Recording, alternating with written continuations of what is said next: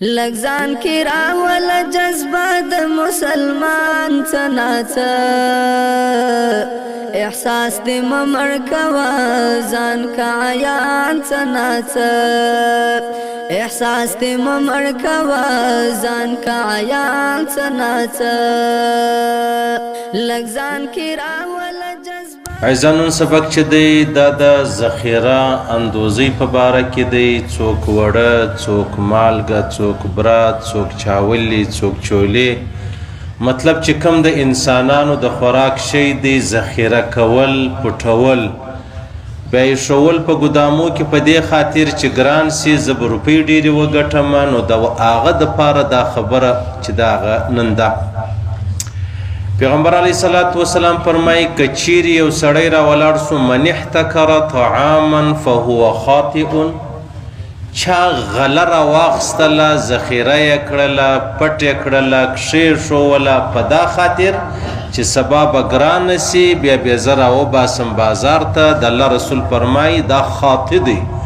دا خطاکاره دی دا ګناهګاره دی دا د الله رب العزت د بندگانو دشمن دی د مسلم شریف حدیث دی عزیزانو اوس خبره ده د ذخیره څه ته ویل کیږي کومه ذخیره حرامه ده او کومه ذخیره چې ده هغه حرام نه ده هر هغه شی چې هغه د انسانانو خوراک دی یا د حیوانانو خوراک دی اوس یو سړی را ولاړ سو په ښار کې دا د انسانانو خوراکه چې هر شی دی د حیوانانو خوراکه چې هر شی دی دا په ګدامو کې پټ کړلو ذخیره یې کړلو په دې وجه باندې چې سبا به دا ګران سي بیا به زه بازار ته راوباسم د 1 روپۍ پر ځای به 100 روپۍ پکې وګټم د الله رسول د داسې چا په باره کې فرمایلی دی چې دا ګناهګاره دی او دا سړی ډېر لوی مجرم دی چې دا وجهان او وشار انسانانو ته تاوان چې دی هغه ورسوي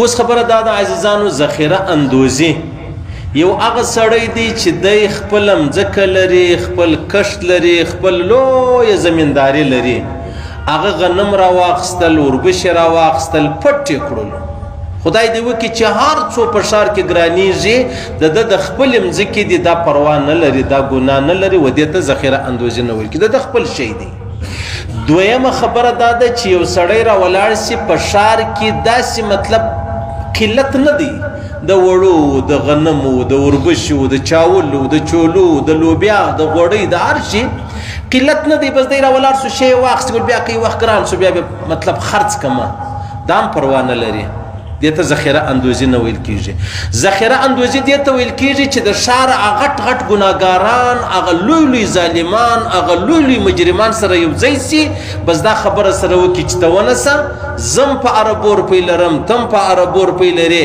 چې دا څه مال راتلی ښار لره دا به موږ اخلو موږ به ذخیره کړو چې بیا ګران سو بیا به ښار ته راشوه اوس د دغه خلکو د وجې دا ښار چې کوم باشندگان دي هغه په ضرر په نقصان په پریشانی کې سلو د داسې چا په باره کې د الله رسول فرمایي دا ګناهګاره دی دا خطاکاره دی دا مجرم دی دا ظالم دی ستا زموږ ته په ښارو کې ډېر داسې انسانان ستا چې هغه علیحده روپۍ د دې دپاره ایښي دي په بازارو په اډه کې چې ته دا رقم یو موقع ته ګوره وروره ماته روپۍ چې دي هغه راوګټه د الله رسول فرمایي من احتکر طعاما 40 لیلة فقد برئ من الله وبرئ منه یو سړی راولاړ سو 40 ورځې د غنم و وربشي و چاولي و چولي و لوبیا و بل غوړي بل دا یې ذخیره کړو د الله رسول فرمایي دی د الله څه بېزاره دی الله له ده بېزاره دی نو ګوره دا خو د بېزارۍ اعلان دی چې الله رب العزت فرمایي زما بندګانو ته به تاوان نقصان نه رسوي ته راولاړ شي نقصان دې ورسوي د دې دا معنا سوه چې یا الله زه له تا بېزاره یم او چې کله یو سړی له الله بېزاره سي الله رب العزت وایي زما د خوا هم دغه اعلان دی زه له تا بېزاره یم ته خپل کار کوه زه به خپل کار کوم بالکل صحیح خبره ده چې ته زما په بېزاري باندې نه شرمېږې ته زما په بېزاري نه بیریږې زما له بېزارۍ مطلب خوف نه لرې نو الله فرمایي نو زه چې ستا څه بېزاره سم بیا چیش کېږي حالانکې ته مې بنده هم یې زه د خالق هم یم نو د الله رسول فرمایي کله چې یو سړی راولاړ سو 40 ورځې په کلو په میاشتو نه خالد 40 ورځې شی ذخیره کوي. بیا په دې ښار کې خلک پریشان سو، دغه مطلب عام اولس و انسانان پریشان سلو چې یاره دا شی پرون په 2 روپیو نن څنګه په 3 روپیو سلو. هلته دوی دا شی ذخیره کړی و، نن یې بازار ته راشوه کوي. نو خو نسته د چا په لاس کې، اوس یې د دوی د خپل مزاج مطابق بیې ورباندې ږدي. د الله رسول فرمایي ته د الله څه بېزاره یې، الله فرمایي زه له تا بېزاره یم. او د الله رسول فرمایي وایما اهل عرصة اصبح فيه امرأ جائع فقد برئت منهم ذمة الله تبارک وتعالى. که چیرې په دغه ښار کې اوس یو سړی وږی سو، یو سړی داسې و چې هغه وږی سو، هغه تږی سو، هغه پریشان سلو، نو د الله رسول فرمایي شپه یې په لوږه تېره کړله. الله فرمایي دا چې کوم انسانان ذخیرې والا دي، تاوان والا دي، نقصان والا دي، زموږ تی چې په مابینځ کې کومه یو معاهده ولا الله فرمایي هغه ختمه سوله. تو خدا وایي چې الله رحمان و رحیم ذات دی، الله غفور و غفار ذات دی. الله فرمایي بیا نو ما ته د دې تورو مطلب امید مه کوه چې زه بیا تا ته معافي کوم، زه به تا بخښم. ولې تا جهان ته نقصان رسولی دی. شرط دا دی چې هغه د انسانانو او د حیوانانو خوراکۍ.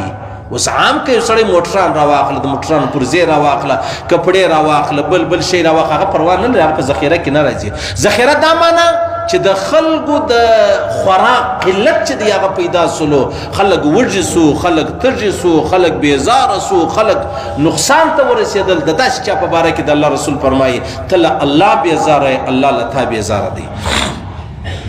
او بیا بله خبره دا ده، د الله رسول فرمایي الجالب مرزوق والمحتکر ملعون، رواه ابن ماجه. کم سړی چې د باره سمال راوړي، مطلب غوړي راوړي، وړه راوړي، برا راوړي، چاول راوړي، چولې راوړي، غوړي راوړي، دا ته به الله رب العزت رزق ورکوي. په کاروبار کې به برکت راځي، په ژوند کې به برکت راځي، په رزق کې به الله رب العزت د برکت اچي چې د باره سې راغواړي. اوس د بار دا معنا نه چې یو سړی د پنجاب پسه وړه راوړي بیا یې د لې ګران خرڅوي، نه دا نه. یعنی موږ د پاکستان ټوله یو وطن بلل کېږي، صحیح سلو، دا یو ښار بلل کېږي. افغانستان ټوله یو ښار بلل کېږي. نو مشکل د یو په بل سره دی، خو نه دی چې د هر چا خپلې پېکشانې دي، خپل جلا ژوند دی. زه د دې ځای مطلب فروټ د دې ځای ځي، او د عام خاصه د پنجاب ته خوا بیا موږ له وړه را روان دي، غنم را روان دي، غوړي را روان دي، بل شی. اوس د الله رسول فرمایي که یو سړی داسې و چې د باره سې شیان راوړل په خپل ښار کې خرڅول، دا مرزوق دی، د ته الله رزق ورکوي، الله د په رزق کې برکت اچي، الله د په ژوند کې برکت اچي. او المحتکر ملعون، بیا چې کوم سړی راولاړ سو د باره څه چا شیان راوړو، د په نرخ په څه نرخ چې واخیستل پټ یې کړو چې سبا خلک مجبور سو بیا ګران خرڅول. ملعون دا د الله رب العزت په لعنت کې دی، د الله په خشم کې دی، د الله په غضب کې دی، د الله په قهر کې دی، چې کله یو سړی چاته ضرر او نقصان چې دی هغه رسوي. بیا پیغمبر علیه الصلاة والسلام فرمایي وای دا کله چې یو سړی راولاړ شي ذخیره اندوزي کوي، ذخیره اندوزي کوي. الله رب العزت دوی خبرې ودته متوجه کوي. یوه خبره دا ده چې الله رب العزت به دی د پس په بیماری مبتلا کی اخته کی. دویمه خبره دا ده د الله رسول فرمایي الله به تا تنگ دسته کوي، الله به تا غریب کوي، الله به تا فقیر کوي. حضرت عمر فاروق رضی الله تعالی عنہ ورځ راووتی ده مسجد ته سنو چا زبردست غله مله وډلې ولا پرتا ولا خرڅولې. بیا پښتنه وکړله چې دا چا راوړې د څنګه راوړې. بیا دی ورته وویلې، بیا حضرت عمر فاروق ورته ویلې چې تی مطلب څه خیال کوئ ذخیره او بل شي چې ونه کوي. ایو سړی ورته ویلې دا خو زموږ مال دی، موږ پوهېږو کار مې پوهېږي، زه پوهېږم کار مې پوهېږي. حضرت عمر فاروق ورته ویل رضی الله تعالی عنہ د الله د رسول سره موږ اورېدلې دي چې کم څوک د باره سمال راوړي بیا په ښار کې خرڅوي هغه ته الله په رزق کې برکت ورچي، او چې کم څوک راسي د شان ذخیره کې هغه ملعون دی، د الله په قهر او په غضب کې دی. په دې کې دوه کسان ولو، یو غلام د حضرت عمر فاروق، یو بل هغه غلام نه دا بل سړی ویل یاره دا خو ولا بده خبره ده، دا خو ظلم دی، زه بس وعده یې وکول امیر المؤمنین زما ستا سره وعده ده، زه په آینده کې دا کاروبار درسره نه کوم چې زما د لاسه چاته ضرر او نقصان رسېږي. ولاړی مصر لره، په مصر کې د کپړو کار شروع کوي. دا بل سړی بیا ویلی ول زما روپۍ دي، زه پوهېږم زما کار پوهېږي، په دې کې د چا څه کار دی؟ فرمایي وایي دغه سړی په آخر کې یو خو الله رب العزت د پس بیماري ورباندې راوستله، دا پښه مشه یې ټوله خرابه سوې وله، او د پس څومره سخته بیماري ده. د الله رسول به پناه غوښتول یې الله له فسن وساتي. څومره انسان بدرنګی سي، انسان څومره بدرنګی سي نور خو پرېږده. او دویم الله رب العزت فقیر کوي، غریب کوي، تنگ دسته کوي، مسکین یې کوي. چې کوم سړي ویل زما روپۍ دي زه پوهېږم کار مې پوهېږي ذخیره کومې خرڅومې پټومې، کوم سړي چې ویل چې یاره به زه دې باده دا کار نه کوه ولاړې مصر د کپړو کاروبار یې شروع کوي، دلته دغه سړی راولاړ شو دغه کار یې کوي ذخیره یې کوله. نو بیا الله رب العزت د پس بیماري مور باندې راوستله او مفلس یې هم کوي، غریب یې هم کوي. سیدنا الله رسول فرمای من احتکر علی المسلمین طعامهم ضربه الله بالجزام والافلاس. الله رب العزت په خامخا پر د باندې د پس بیماری راولي او خامخا به الله رب العزت پر د باندې چیش کوي، پر د باندې غربت او تنگ دستی چې دا غراولي. اوس پس بیماری ضروري نه ده چې سړی وایي یاره ما دونه عمر ذخیره اندوزي کوله ما در اوسه د پس بیماری نه دلدلې. نور بیماری لږ دي، نور بیماری لږ دي یا ډېرې بیماری دي. ته د انسانانو ته ضرر رسوي، د انسانانو حیوانانو ته ضرر رسوي. الله رب العزت د دې انسانانو او د دې حیوانانو کفیل دی، مالک دی، خالق دی، رازق دی. نو ته به څه چم وکړې؟ الله رسول فرمایي بئس العبد المحتکر اذا ارخص الله اسعار حزن وان اغلاها فرحا. بدترین انسان هغه دی د الله رسول فرمایي چې په ښار کې ارزاني راځي دی پریشان یاره اوس نو موږ په 30 روپۍ وګټو، او چې ګراني راشي دی وایي زه خو ډېر شان لرم ما پټ کړي دي ونه اوس به خلکو ته ورکوم. بدترین انسان د الله د رسول په دربار کې په نظر کې په نگاه کې دغه سړی دی. او داسې خلک په ښار کې بیخي ډېر دي. ما درته ویل ګوره موږ دوی خو دا غم دی لمنځونه هم ډېر کوو، خود به کوو، فرض دی لازمي به کوو، ولې به نه کوو؟ خو دا د دې سره سره چې بیا موږ د باندې ووتو بیا دغونه ګناه هم کوو، جهان ته تاوان رسوو، جهان ته نقصان رسوو، بیا د جهان د خرابېدو دپاره خپلې 2 روپۍ بچاوو. زما 2 روپۍ بچاو سي خلک دې په تباه سي، خلک دې در په در سي. صحیح سنو. او د الله رسول فرمایي بدترین انسان هغه دی. الله رسول فرمائے ولا تغلوا عليهم الاسعار فإن من احتكر عليهم طعاما 40 يوما ثم تصدق به لم تكن كفارة له. الله رسول فرمائے کہ تا 40 توري شی ذخیره کوي خلکو ته تاوان او نقصان ورسوي، نو بیا کتره ولاړ شو دا چې تا ذخیره کړي ټول دي د الله په لار کې صدقه کو بیا مستغه کفاره نه جوړیږي. اته چې کوم ګناه تا وکړه ته چې په کوم ګناګار اسولې دا ټول روپۍ د خیرات کې دا ټول غنم او چاول د خیرات کړلې. الله رسول فرمایي ستا دپاره دا کافي نه ده، لا به هم پر تا باندې هغه د ګناه بار چې دی هغه پروت وي. او بیا پیغمبر علیه الصلاة والسلام فرمایي وای یو صحابي فرمایي ما یو واره نه ما بار بار د الله د رسول صلی الله علیه دي چې من دخل في شيء من اسحار المسلمين ليغليه عليهم كان حقا على الله تبارك وتعالى ان يقعده بعظم من النار يوم القيامه. یو صحابي وایي ما د پیغمبر علیه السلام سره یو واره نه 2 واره نه 3 واره نه، یو صحابي بیمار و بل صحابي پوښتنې لره ورغلی ول ما خو به در اوسه دی کار نه کړی چې ما یو سړی وژلی هغه ولیا ول دی به مې هم نه یې کړي ذخیره اندوزي مې ولیا دا دې هم نه دي کړي. ول ما د الله د رسول سره اورېدلي چې کوم سړی پر مسلمانانو باندې 40 ورځې یو شی ذخیره کړي مسلمانانو تاوان نقصان د ځان د ګټې دپاره، د الله رسول فرمایي دا صحابي فرمایي ما یو واره نه 2 واره نه ما د الله رسول سره بار بار اورېدلی دي چې الله رب العزت په دغه کاروباري دا تجار دا بازار دا لوی دکاندار نه دی، دا به خامخا الله رب العزت دی څه پکې وكان حقا على الله تبارك وتعالى ان يقعده بعظم من النار يوم القيامه. خامخا په یو لوی عظیم اور کې دا کاروباري دا تجار دا دکاندار دا ذخیره اندوز نه دی، دا به الله رب العزت د جهنم په اور کې کښېنوي. اور دی لمبي دی بد حال دی. الله ورته فرمایي دا د هغه سزا ده چې تا د مسلمانانو کورو ته تاوانونه نقصانونه چې دی هغه ورسول، تا د مسلمانان انسانان حیوانان تا تاوان ورسوي، تا نقصان ورسوي، نن یې د جهنم په اور کې کښېنولی دی. او اور معمولی اور نه، هغه اور چې الله څومره پیدا کړی دی هغه به ټوله پر ده باندې راګرځېدلی. د جهنم څنګه اور دی عزیزان؟ د جهنم د اور څوک تاب لري؟ شیطان له اوره پیدا دی هغه هم تاب نه لري، ډبره حس نه لري هغه ډبرې هم تاب نه لري. صحیح ده. د الله رسول فرمایي داسې سړی به الله رب العزت په د جهنم په اور کې د مسند امام احمد طبراني حدیث دی په اور کې به الله کښېنوي څوک چې څوک ذخیره اندوزي کوي، څوک انسانانو ته ضرر رسوي، نقصان رسوي، حیوانانو ته ضرر رسوي، نقصان رسوي، او څونه ستړې خبره ده. الله اکبر. نو یوه خبره خو دا سوله چې دا ګناهګاره دی چې کوم څوک ذخیره اندوزي کوي. دویمه خبره دا ده دا ملعون دی، د الله له جانبه لعنتونه ورباندې اوري، د الله قهر او غضب ورباندې اوري. بله خبره دا ده چې الله رب العزت به دی د پیس په بیماري کې.